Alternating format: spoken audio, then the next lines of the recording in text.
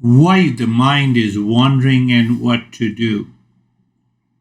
So if you are thinking in terms of doing, the mind will keep thinking and the wandering mind will not stop at all. No, but don't think what to do. Just ask yourself what not to do to at least do not create a single thought. And the answer why the mind is wandering, it is only because the mind is running in the world for peace and happiness. So remove all the objects where the mind is running. So what will happen? The mind will naturally be steady.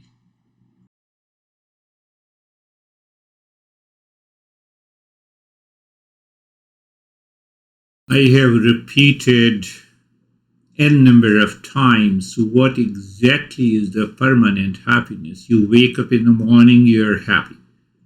In the afternoon, you're happy. In the evening and the night, you're happy. You're with a person A, you're happy, even you like or dislike. You are go beyond the like and dislike. You are in a situation, that situation remains separate from you, you are not attached, you are happy. So happiness lives within. It does not live in the world outside. Why? No object has a property of peace and happiness in the world. That is what the permanent happiness is.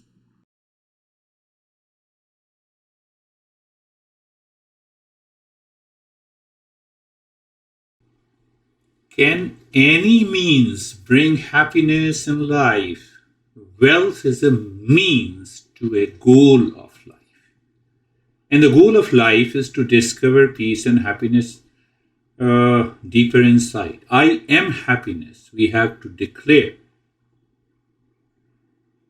We drive the car to reach home. The car is a means. Car may cost you $1,000 or maybe $100,000. It doesn't mean. Goal remains to reach home. We can reach by train, by car, by bicycle. So what happens when we turn around, we make the goals as a means and the means as a goals. There the delusion starts and the delusion causes the suffering in our life.